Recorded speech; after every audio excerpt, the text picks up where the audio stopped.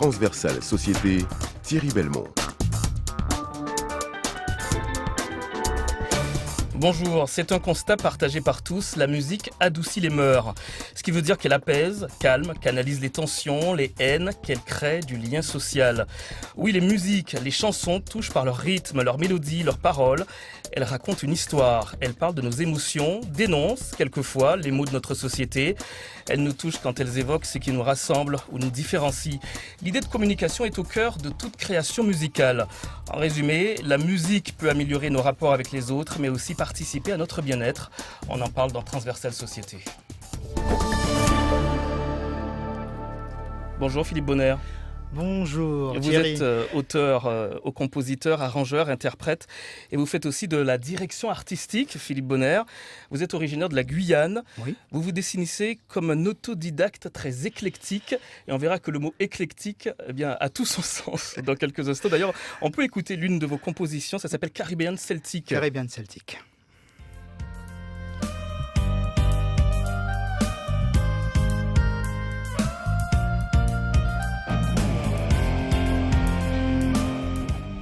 Alors comment on allie le celtique à la musique caribéenne?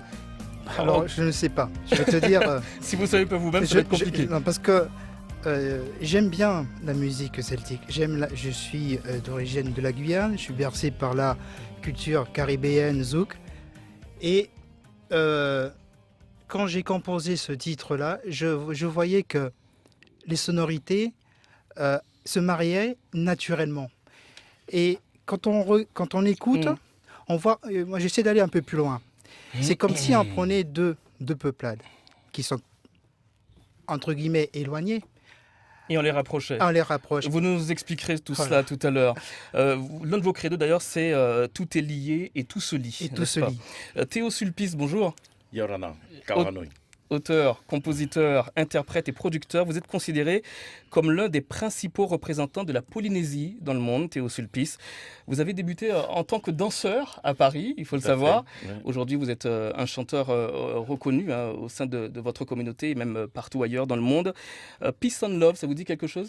Oui, c'est une chanson en qui j'ai décidé d'interpréter parce qu'il y a trop de haine dans le monde, il y a trop de guerre dans le monde, alors je pense que c'est important d'en parler. Ça date de quelle année déjà? Ça date de 1997. Et ça donnait ça. Peace, peace and love à tous ceux qui détestent la guerre. Apprenez à aimer, partagez l'amitié, afin que les canons puissent un jour se lever. Et vous êtes originaire des îles Marquises, Théo Sulpice, en Polynésie française. Bonjour Chris Combette. Bonjour. Vous êtes auteur, compositeur, interprète également, Chris Combette. Vous êtes inséparable de votre guitare, en tout cas moi c'est comme ça que je vous vois. Oui. C'est en observant vos grands frères que vous avez appris la guitare après l'école. Oui. Ouais. Et vous explorez différents styles comme le reggae, la bossa nova, le jazz, le mazurka. D'ailleurs vous êtes catalogué dans la world music, Oui. c'est ça. La danse de Flore, c'est l'extrait que nous écoutons. Stip dip stip style, da da ba dip stip style, da da ba dip stip style, da da ba dip style, boy up my up, stip style, da da ba dip style, da da ba dip style, da da ba dip. L'album d'où est extrait s'appelle la danse de Flore, c'est ça, Chris Combette. Vous avez été finaliste des découvertes RFI de 1997. En 2004, vous avez reçu un prix spécial de la SACEM Martinique pour l'ensemble de votre œuvre. Oui. Bonjour François Durper. Bonjour Thierry. Vous êtes notre chroniqueur permanent, François. Vous allez nous parler, nous faire écouter peut-être, on ne sait jamais, du reggae. Le reggae, c'est très important. Ça va être difficile pour la dernière. Non. Mais vous avez remarqué que tous les moments de notre vie, il y a de la musique. Le baptême, le mariage, même les obsèques. Et évidemment, même quand on fait la guerre, vous dites ça adoucit les mœurs, mais on fait la guerre aussi en musique. Alors, il y a une musique qui est particulièrement, si on reprend la terminologie d'Édouard Glissant, qui est une musique relation, c'est le reggae. Alors, Alors pourquoi ? Parce que le reggae, ça vient de partout. C'est à la fois une musique caribéenne ancrée en Jamaïque, mais qui va chercher, qui va puiser. Le problème de François, c'est quand il commence, il ne s'arrête plus. C'est parti. Alors voilà, donc vous allez nous développer ça tout à l'heure, François. Ouais. Taisez-vous. Ah, je me tais. Ouais, c'est incroyable. C'est votre dernière, vous avez tous les droits, Thierry. M'interrompre, faire tout ce que vous voulez. La musique, c'est un art illustrant beaucoup l'appartenance à un groupe social. C'est ce qu'écrit dans son mémoire une ancienne élève du CFEDEM. C'est le centre de formation des enseignants de danse et de musique. Alors, elle prend l'exemple des groupes d'adolescents qui diffusent leur musique pour en profiter à plusieurs, comme s'ils établissaient un lien entre eux de cette façon. Alors, la musique a vraiment une utilité sociale, Chris Cambette ? Oui, de toute évidence. Effectivement, il y en a partout. Il y en a dans les ascenseurs, à l'enterrement, même à la guerre, effectivement. Donc, on en a besoin. C'est vraiment un besoin presque viscéral. Mais malheureusement, elle ne change pas le monde. Parce que les artistes n'ont pas les rênes, n'ont pas les commandes. Je crois que si la musique pouvait changer le monde, ça veut dire que les artistes sont de grands rêveurs ? Ils font rêver, ils rêvent et ils font rêver, heureusement. Quand on est dans sa cuisine en train de faire la vaisselle et qu'on écoute la radio et qu'il y a une très très belle mélodie qui passe, je sais pas moi, avec Ella Fitzgerald qui chante, évidemment ça fait du bien, du bien, c'est immédiat. Et je crois qu'on a besoin de musique partout. On n'imagine pas une fête sans musique, c'est même pas pensable. Donc effectivement, ça crée du lien social, c'est un besoin. Mais ce qui est étrange, c'est qu'il y a énormément de chansons d'amour. Les artistes font un travail... quand on a une sensibilité artistique, très souvent, on est aussi très... des personnes de paix. Les artistes ont la guerre en horreur, ont la consommation excessive en horreur, bien sûr. Mais malgré tout, malgré toutes les chansons de Bob Marley ou des Beatles et tout ça, et le monde est toujours ce qu'il est. Et bizarrement, on dirait qu'il empire, quoi. Ouais. Alors finalement, Théo Sulpice, vous avez fait une chanson sur la paix et l'amour. On l'a écoutée il y a un instant. C'est une chanson pour rien que vous avez fait ? En fait, c'est une chanson qui, je pense, a besoin d'exister dans le moment de brutal que nous vivons aujourd'hui. Il y a besoin des paroles comme ça pour apaiser un peu l'esprit de l'être humain. Moi, je pense que l'être humain... Pourtant, Chris Cambette dit que malgré les chansons, malgré les créations, eh bien, le monde, finalement, va de pire en pire. Elle va de pire en pire parce que, justement, ce sont des idéologies, je dirais... beaucoup plus axé sur l'idéologie religieuse qui souvent se heurte d'où il y a ces problèmes de guerre. Et puis, il y a aussi la politique. Il n'y a pas que la religion qui crée la guerre, il y a aussi l'idéologie politique. Souvent, ça amène aussi à des problèmes qui casse un peu l'esprit de l'humanité, parce qu'on voit bien tous ces massacres, tous ces tueries, c'est une horreur. Oui. Moi, je pense que c'est important de rappeler, nous, à notre niveau, en tant qu'artistes, à travers la musique. Philippe Bonner, vous disiez que ça va beaucoup plus loin que le lien social. Expliquez-nous. Ça va beaucoup plus loin, parce qu'il faut remonter. La musique, c'est quoi ? C'est une forme d'expression, au même titre que la peinture, la sculpture. L'art, c'est un art. La musique, c'est une forme d'onde. Ce sont des ondes sinusoïdes. Si on fait un peu appel à la physique, même à la métaphysique. Et qu'est-ce qu'il y a dans ces ondes ? Il y a des informations. Comment on peut expliquer qu'il y a des gens qui ne connaissent pas la langue, qui ne connaissent pas la personne, reçoivent une émotion, reçoivent quelque chose à l'intérieur, alors qu'elle ne connaît pas. C'est-à-dire que l'artiste ou la personne met dans la musique des informations qui sont codées dans les sons. Et nous sommes émetteurs et récepteurs. Et quand on reçoit certaines vibrations qui vont émouvoir ou soit dans... Qu'est-ce que vous voulez dire ? Que c'est un peu spirituel ? Elle est physique, elle est même spirituelle, elle est même métaphysique quelquefois. C'est-à-dire que quand on écoute même le bébé à l'intérieur du ventre de sa mère, il écoute déjà les premiers sons. Quand on écoute tout autour de nous, dans la forêt, c'est la musique, c'est du son. Et tout ça, ce sont des informations. Comment on peut expliquer qu'à un moment donné dans notre vie, il y a une musique qui nous est bien particulière, à un moment bien donné, et qu'on se rappelle même des années et des années après. C'est-à-dire c'est-à-dire que, comme disait tout à l'heure Théo, non, c'est toi qui dis, François qui disait que la musique, elle a servi aussi pour faire la guerre. C'est-à-dire qu'on envoyait les fantassins en premier parce qu'il y avait une musique bien particulière pour entraîner, le stimuler pour aller à la guerre. C'est-à-dire qu'elle a les deux côtés. Transversal Société, Thierry Belmont. Alors pour revenir au lien social, la musique peut être un lien fort dans l'intégration entre les différentes communautés. Là, on est tous d'accord dessus. Théo Sulpice, ça permet l'échange. Oui, complètement. Ça permet d'échanges et je pense que l'échange culturel est très important. Il a évoqué tout à l'heure la chanson de Bob Marley qui sort de Jamaïque et puis qui sort dans le Pacifique aussi. On fait de la musique un peu du style. C'est pas tout à fait du reggae à la Bob Marley, mais c'est du reggae de l'océan Pacifique. Comme par exemple les Kanaks, eux, ils chantent du Kaneka. Ça a une approche incroyable et pourtant c'est la musique traditionnelle, la musique kaneka, mais il y a une approche très très forte avec le reggae. Donc je pense que oui, c'est très important de pouvoir partager. La musique permet l'intégration, vous êtes encore d'accord avec ça, l'intégration entre les différentes communautés, il y a une espèce de... Quand on écoute la musique tous ensemble, finalement, la paix elle est là. Vous qui n'y croyez plus. Oui, non, C'est ce qu'on bête. Non, j'y crois encore, bien entendu, parce que j'ai pas le choix, parce qu'il faut se réveiller chaque matin et puis avancer. Je vous sens défaitiste, Chris Corbett. Je suis pas très optimiste. Qu'est-ce qui se passe effectivement. Ce qui se passe, c'est que je viens de terminer un bouquin là de Monseigneur Lafont, c'est l'évêque de Guyane, et qui m'a énormément rappelé celui de ce, on va dire, philosophe d'origine maghrébine là, dont tout le monde parle, et son nom m'échappe sur le coup, évidemment. Et puis, il décrit encore cette espèce de religion, la religion de l'argent, et cette espèce de bêtise dont on fait preuve. Et on va tout droit dans le mur, on a une planète qui bientôt ne pourra plus supporter de cette misère. Ouais. Et voilà, et les pauvres sont de plus en plus pauvres, donc ils vont chercher l'argent chez les riches les rejettent, et puis on se dit, mais pourquoi est-ce qu'on est aussi con, quoi? Donc, non, je suis pas optimiste.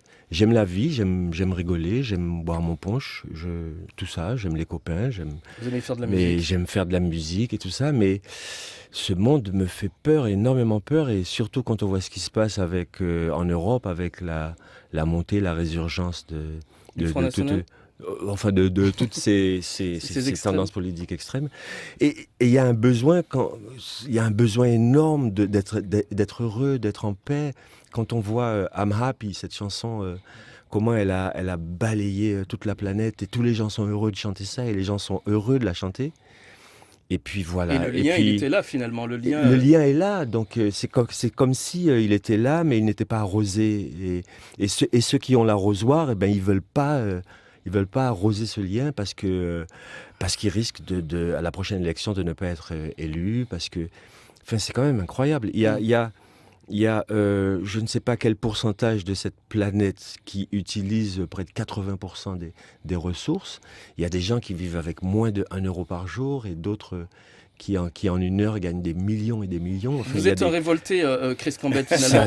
On le comprend. Ça fait Théo Sulpice, à votre niveau, pour créer ce lien social, qu'est-ce que vous faites ? En fait, j'aide beaucoup. Grâce à la musique, je pouvais aider certaines personnes. Comme par exemple l'UNICEF. J'ai déjà travaillé souvent avec eux. Et puis aussi d'Action. L'année dernière, on avait fait participer. Et puis aussi des malades polynésiens qui viennent, par exemple, en métropole se faire soigner. Ils sont nombreux. Et parfois, à des périodes de fête, ils ont besoin d'avoir... Je pense que la musique fait vivre, en fait. Ces gens-là qui viennent ils ont une souffrance.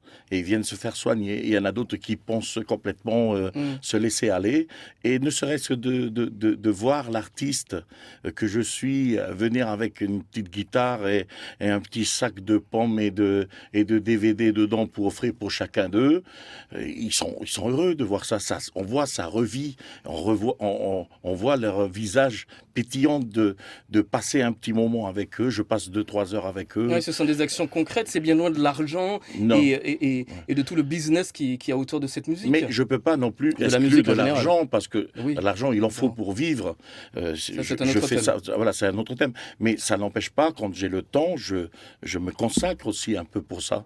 Et je pense que c'est important. Quand on peut le faire, on le fait. Je l'ai fait par le biais de défendre les droits d'auteur des artistes en Polynésie. Je dépensais mon propre argent pour aller aider les artistes polynésiens.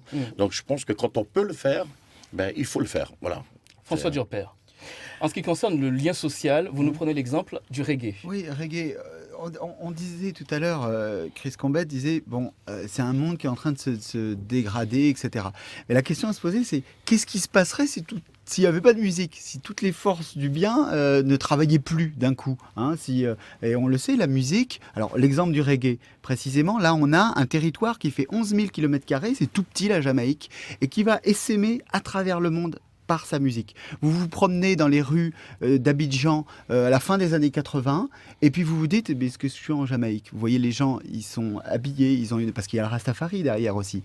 C'est une religion au sens étymologique. Religaré, ça veut dire relié. Et on l'a dit, en Polynésie, Bob Marley fait une tournée en Australie, en Nouvelle-Zélande en 1979, et maintenant vous avez un reggae qui est un reggae océanien.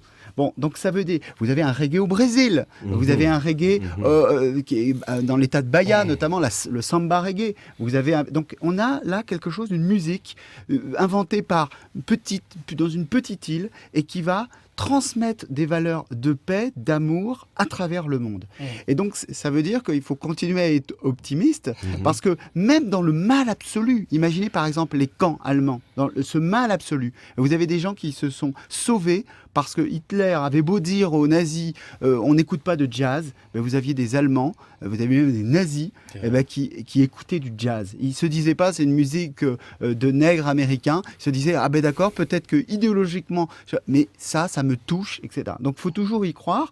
C'est une force incroyable, on peut le dire aussi de l'apartheid, mais évidemment que les forces du mal, elles sont là, qu'on cherche des poux dans la tête à Elvis Presley dans les années 60 parce que c'est un blanc qui fait danser des blancs sur une musique de noir, mais c'est quand même une musique. La musique, et je disais tout à l'heure l'expression de Glissant, c'est avant tout un art-relation. C'est quelque chose qui fait du lien.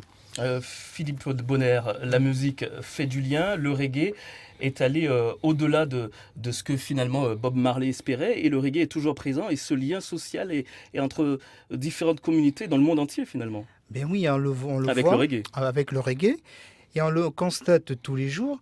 Et ce qui est bien, ce que disait François, c'est que à partir d'une petite île, ils ont transmis des pensées. Et la pensée dans chaque pays, ils ont su le transformer. Et je reviens encore à la transformation de l'information. C'est-à-dire qu'on prend son environnement avec le dénominateur commun d'un pays et on s'adapte. C'est comme si vous preniez une plante et au bout de quelques années, cette plante, elle va se modifier par rapport à l'environnement où il est. C'est pour ça que ça donnait le Kaneka. Au Brésil, ça donnait un style de reggae. Vous allez voir un style de reggae en Guyane, vous allez avoir un style de reggae en France et partout. Et ça crée le lien parce qu'à l'intérieur, il y a cette vibration. Et cette vibration, on ne peut pas la nier parce qu'elle fait partie intègre de la personne humaine. Parce que la personne qui joue, elle a une âme, elle a quelque chose à l'intérieur. C'est-à-dire que la transmission... Elle transmet ses émotions. Elle transmet ses émotions à travers la musique, à travers ce qu'on entend. Bien sûr. Voilà. Chris Combet, j'aimerais beaucoup que vous nous parliez de votre expérience auprès des détenus de la maison d'arrêt de Rémière-Montjoly. Vous vous êtes servi de votre musique. Oui, alors ça c'est le lien, effectivement, j'ai pu le mesurer, c'est vraiment sur le terrain qu'on se rend compte que ça peut marcher. Donc j'ai travaillé avec les détenus et aussi avec l'enfance handicapée, et là c'était aussi très très impressionnant de voir ces enfants autistes qui faisaient de la musique. Donc J'ai trouvé des systèmes avec des dessins pour qu'ils retiennent le texte et tout ça. J'ai travaillé aussi avec les personnes dans une association, les personnes atteintes du VIH, pendant 3 ans. Et avec eux, je profite de ce micro pour dire qu'avec ces gens-là, j'ai partagé des repas, des fêtes, des accolades, enfin, et voilà, quoi, sans aucun problème. Et c'était 3 publics différents. Hein. Il y avait les handicapés, les détenus et les personnes séropositives. Et puis l'enfance en difficulté aussi, des jeunes exclus de la... Est-ce qu'il y avait des choses qui les réunissaient, ces 3 publics? Séparément, hein, parce que dans la maison d'arrêt, j'y allais 2 fois par semaine. Et la toute dernière année, alors ça a pris de l'ampleur petit à petit. Et la toute dernière année, je suis monté en grade, si je puis dire. On m'a mis avec les longues peines. Donc j'étais enfermé avec des gars vraiment condamnés à 20-30 ans, perpétuité. Et alors, au début, on était 5. Et puis, on a fini, on était 25. Petit à petit, donc la chorale sonnait terriblement bien. Et puis, c'était passionnant parce que je me suis pris au jeu et il m'arrivait de les engueuler, mais très fort. Hein, et en sortant de là, je me disais, mais t'es complètement malade. Et non. Et les gars, ils étaient OK, ils étaient là. Et on a monté une chorale et ça sonnait terriblement. Et à chaque fois, en fin d'année, à la fête de la musique, l'administration pénitentiaire proposait un concert des détenus. Et avec mon groupe, on faisait la première partie. Et après, la chorale... Et concrètement, qu'est-ce que ça leur apportait, la musique? Alors, aux détenus... Oui, aux détenus, l'évasion, ouais. C'est évidemment. C'est facile à imaginer, un gars qui est là et puis qui tout à coup se retrouve à chanter pendant 2 heures de temps. Évidemment, ça fait un bien fou. Et puis en plus, c'était très technique. Hein. J'ai monté une chorale, mais avec dans le détail, la double croche, il ne faut pas démarrer au mauvais moment, tout ça, c'est rythmique. On faisait des échauffements de voix sur des gammes, etc. Donc c'était très très précis. Et donc il y avait l'évasion pour les détenus, ça les apaisait aussi, j'imagine. Oui. Pour les enfants qui sont atteints de handicap, ça les valorisait peut-être? Oui, ça les valorisait et ça leur montrait à quel point on peut se dépasser. Alors ça, c'était assez intéressant de voir ces enfants qui, comme Théo disait, avec ces regards qui s'illuminent à un moment parce que ça sonne, parce qu'ils chantent tous ensemble et puis il y a un truc qui sort, quoi. Donc ça, c'était complètement incroyable. C'est le miracle pour les enfants. Et les personnes atteintes les personnes atteintes du VIH, c'était rejoindre le groupe, sentir qu'on peut faire partie du groupe social, parce qu'avec eux, on a donné des concerts à la mairie de Raymond-Montjoly, sur la place des Palmistes à Cayenne et d'autres concerts. Dans une autre association, on est partis tous en bus, là, tout ça, on a fait notre concert et tout. Et donc, du coup, ils étaient devenus un groupe de musique qui avait du sens et ils étaient plus exclus. Donc, c'est incroyable. Les associations font un travail incroyable, parfois bénévolement. Et là, on se dit, on met vraiment le doigt sur l'optimisme, sur quelque chose qui a du sens dans ce monde complètement fou, quoi, qui file à une vitesse folle. Il y a des gens qui, de façon bénévole, sont dans des associations. Et la musique peut donner du sens, Chris Combette, on l'a bien compris. Et les musiciens aussi. Oui. Et les musiciens également. J'aimerais vous poser la même question à chacun d'entre vous. Théo Sulpice, tout d'abord, qu'est-ce qui vous pousse à créer? Qu'est-ce qui vous pousse à faire de la musique? Ce qui me pousse à faire de la musique, c'est quand je vois certaines choses. Parce qu'en fait, moi, j'ai créé des chansons par rapport à ce que je vois devant moi. Par exemple, des problèmes sociaux ou des problèmes vécus par notre organisation, parce qu'on a une grande organisation de spectacles. Et puis, quand tu transportes une troupe de 20-30 personnes, voire même on est monté jusqu'à 100 artistes à transporter, à envoyer dans des pays différents, et on voit bien qu'il y a un problème par rapport à la jeunesse qui n'arrive pas à se mettre sur la voie de la modernité, tu vois. Donc c'est par rapport à ça que j'écris des chansons. Ouais. Philippe Bonner. Alors moi, je dirais que je ne crée pas, je transmets. Vous transmettez. Je transmets parce que la création, je veux dire que tout se transforme, rien ne se crée. On n'invente rien. C'est-à-dire la musique, je l'ai en moi. Des fois, je m'étonne moi-même de faire certains morceaux. Je me dis, on m'a déjà demandé, mais d'où vient cette idée? Je dis, je ne sais pas. Je ne veux pas donner d'explication, je ne sais pas. Et j'ai un besoin, comme un écrivain, d'écrire des choses. Et vous écrivez et vous slamez. Vous allez d'ailleurs vous mettre en place, Philippe Bonner, puisque vous allez nous faire un petit slab, c'est ça, sur une de vos créations. Pendant ce temps, je vais poser la même question à Chris Combette. Qu'est-ce qui vous permet de créer? Pourquoi vous avez envie de continuer à faire de la musique aujourd'hui? En fait, moi, c'est... Par moments, je me demande si je faisais pas de musique, ça me fait froid, quoi. Je peux pas vivre sans. J'ai besoin de la musique pour exister. Sans la musique, je serais pas grand-chose, je crois. Et voilà. Donc j'en ai besoin. C'est un besoin. C'est mon oxygène. J'en ai besoin pour continuer, pour vivre, tout simplement. Ça fait depuis la toute petite enfance, mes parents étaient complètement devenaient fous parce que je ne voulais faire que ça. Donc j'ai fait quand même des études, j'ai travaillé dans l'éducation nationale, mais en parallèle, ma guitare m'a toujours suivi partout. Et c'est un besoin. Voilà. Vous voulez bien qu'on écoute Philippe Bonner? Avec grand plaisir.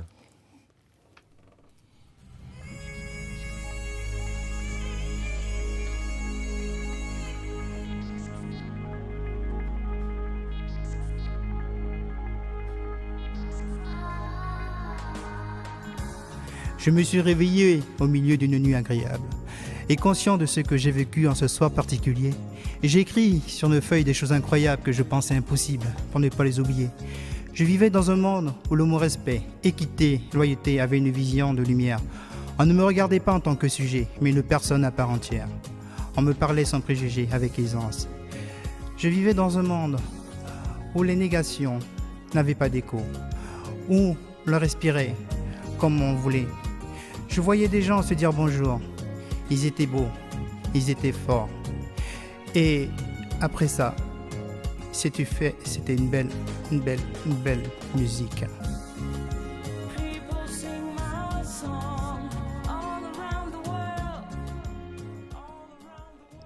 Merci beaucoup, Philippe Bonner.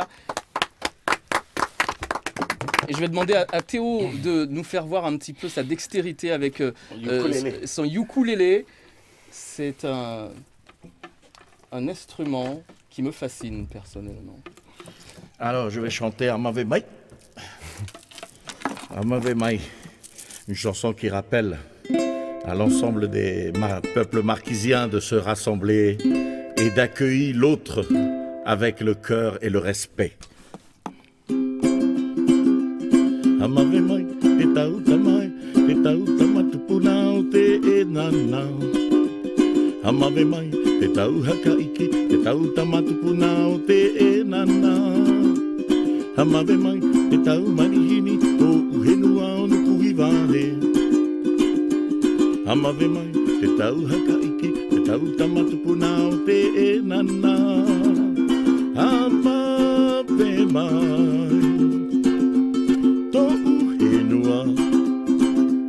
Amave mai, quando uhiva, yavai noa oe, meta oe, peu e nana.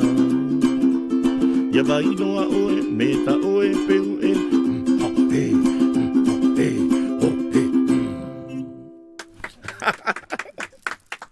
Merci beaucoup. Merci Théo Sulpice. J'en profite pour dire que vous sortez 2 DVD, Théo Sulpice. Oui. L'un qui s'appelle Tanaha Pupa, Théo Sulpice. Ce sont des clips, hein, c'est ça? Oui. Une vidéo de tous vos meilleurs clips. 15 clips, les meilleurs clips. Et, 15 clips. Et le show Tahiti Nuit. Un spectacle en live, puisque vous faites des spectacles un peu dans toute la France et dans le monde entier, que dis-je, mon cher exactement. Mon cher Théo Sulpice. D'ailleurs, vous êtes prochainement en concert à Châteaudun le 20 juin, à Namur plutôt, en Belgique, le 20 juin prochain, du 20 juin au 8 juillet. Et puis vous êtes également le 4 juillet à Kévin pour l'été tahitien. C'est un gros événement, c'est le plus gros événement polynésien dans l'Hexagone. Et donc ça sera à Kévin le 4 juillet. Pour l'instant, on va écouter, pour terminer, notre ami Chris Combette.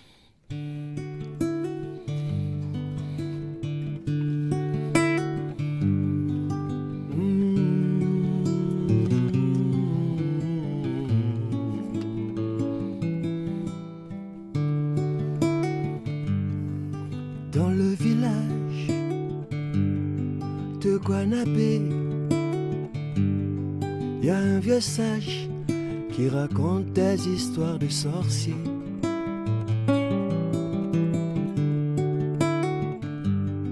Dans ce village, y a un enfant au doux visage qui écoute ces histoires en rêvant. Et le fleuve attend depuis longtemps qu'il pleuve pour donner à la terre sa fertilité. Et le fleuve attend depuis longtemps qu'il pleuve pour offrir au village de quoi se nourrir. Sais-tu, dit le vieux, qu'il y a des pays que tu jurerais béni des dieux. Sais-tu que là-bas, parfois ce sont les rivières en crue qui inquiètent les villageois. C'est comme ça, oui, c'est comme ça. Le vieux donne tout ce qu'il a, ce qu'il a de sagesse, et pour tout ce qu'ils n'ont pas, parle avec la déesse. Le vieux donne tout ce qu'il a, ce qu'il a dans son être, et pour tout ce qu'ils n'ont pas, il prie les dieux.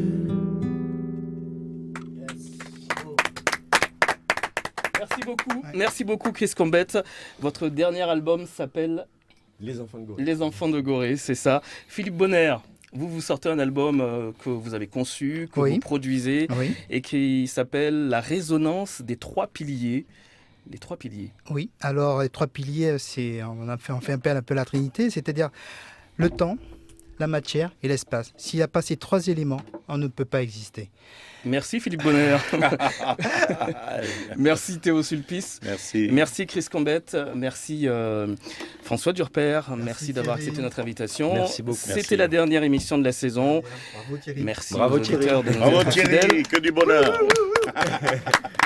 Transversal Société reviendra sans moi la saison prochaine.